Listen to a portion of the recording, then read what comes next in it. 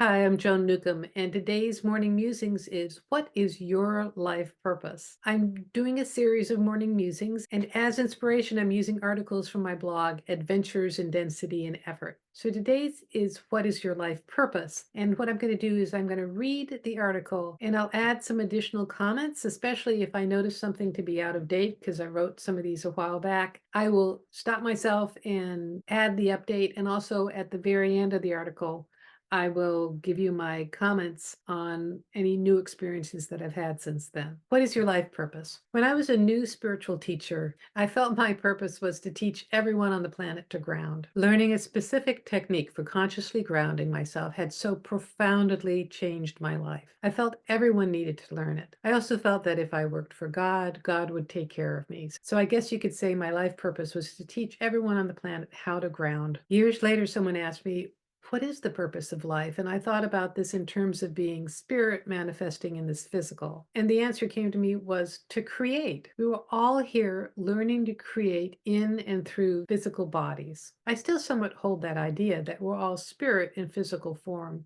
and learning about being here, which is the opposite of what spirit truly is. An aspect of learning is how to manifest in density and effort land. Another perspective is that our purpose in life is to be, to experience presence. So it's more than just existing, to be the focus energy of presence here and now. There's a lot to be said for that approach as well. Abraham Hicks says that the basis of your life is freedom and the purpose of your life is joy, which goes hand in hand with stopping and being present, because it can be an unspeakably joyous experience. Another approach is to stop trying to change, fix, or improve the hologram of your life. That's a way of experiencing joy. But you can also see that all emotions are actually joyfulness in disguise, because your expanded self is loving the experience of having those emotions. I translate this as spirit, consciousness, essence is ecstatic joy and finds delight in all physical experiences. It's just our body level personalities that aren't too happy about depression, rage, invalidation, and all those darker tones of emotions. However, when you surrender trying to control or manipulate outside yourself and you just trust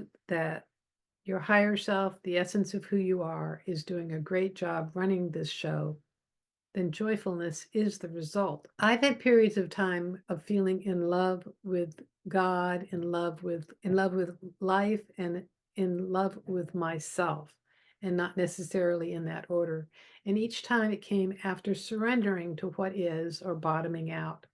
And within those periods, although the problems in my life hadn't vanished, I felt that everything was going to be okay. I've longed to have those feelings back again, but without the dramatic circumstances that led up to it. As I write this, it occurs to me that just like every definition of God is correct, because there's a path or God that's right for everyone, then anything anyone claims is their life purpose is right as well. And it doesn't have to stay the same for your entire life either. You can have the life purpose that feels right for you now as you grow and change. So I'm reflecting on this because I wrote this a long time ago, and I have a completely different perspective on our purpose. I will have to say that at our essence, I do believe our life purpose is to simply create in this reality, but all of us have a unique way of doing it. I'm probably going to uncover an article that I've written about this, but that we all come in with a certain tendency or vibration, and then what we're bringing to the world reflects that. So some of us are natural light bringers, and we're here to bring in the brand new information in the world. And so our purpose will be doing things that are brand new. And in so doing, we'll be breaking out of old patterns. Oh, this is part of us expressing our purpose. Some of us, though, our purpose is to ground and be the stabilizers and bring that new information into solid form and create a safe place for others to grow and change. And those are complete opposite expressions of being in the world. A light bringer will not understand a stabilizer. Why would you stay home, go into the family business? That's got to be the most boring thing in the world. And a stabilizer would go, why on earth are you moving to the other side of the planet? Isn't that freaking you out? Isn't that terribly insecure? And yet you will also find people who have complete opposite ways of expressing in the world as getting together as couples because really they complement each other. So I think that's all I'll say about that. If you have anything you'd like to say, any ideas that you have from this, any personal experiences to share, feel free to leave them in the comments below. I love to read your comments. And if you like these videos, please like them, please share them, and you can subscribe for free. If you want to know more, my website is joan-newcomb.com. I do individual sessions where I can take a look at what your life purpose is. I can also answer any questions that you have.